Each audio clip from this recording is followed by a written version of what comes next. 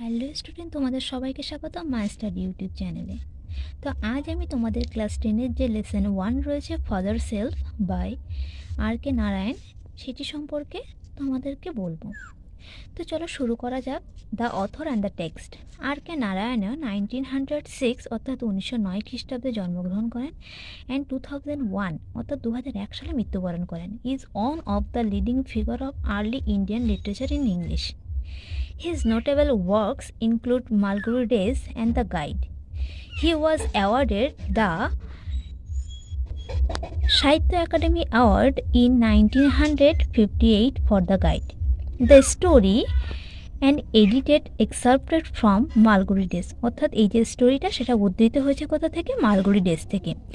Is about a young boy called Swaminathan who is unwilling to go to school but is forced by his father to attend school.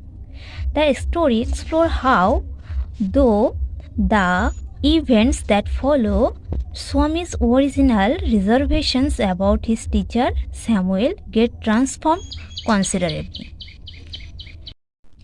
Unit 1.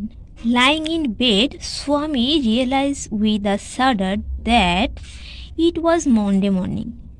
বিছানায় শুয়ে স্বামী শিউরে উঠল, এটা উপলব্ধি করে যে সেদিনটা ছিল সোমবার।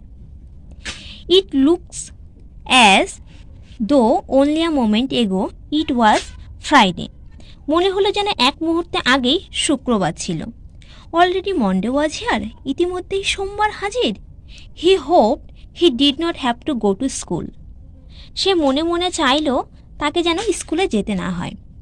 অ্যাট 9 o'clock সকাল 9টার সময় স্বামীনাথন ওয়েলড, স্বামীনাথন আত্মনাদ করে উঠল।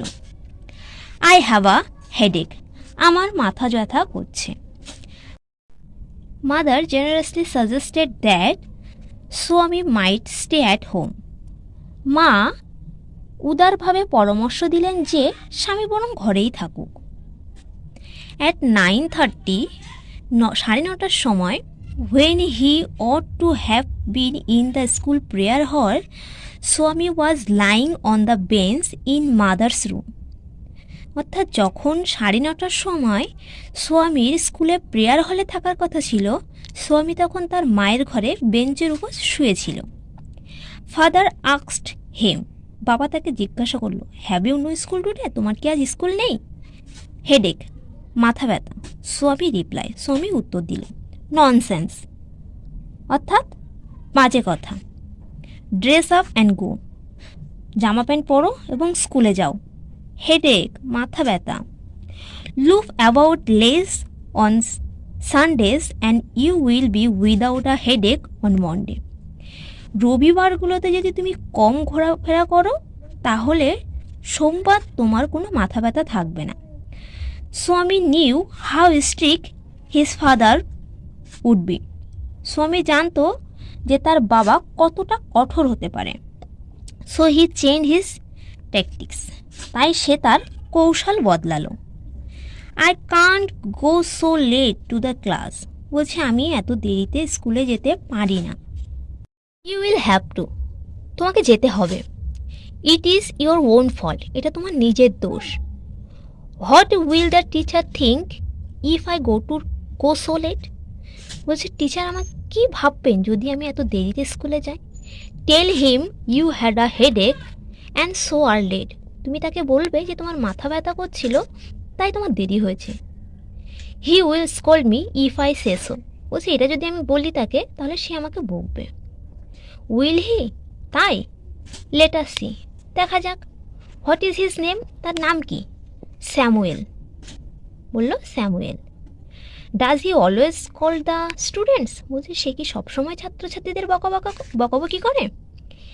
হি is a very angry man, তিনি খুব রাগী মানুষ।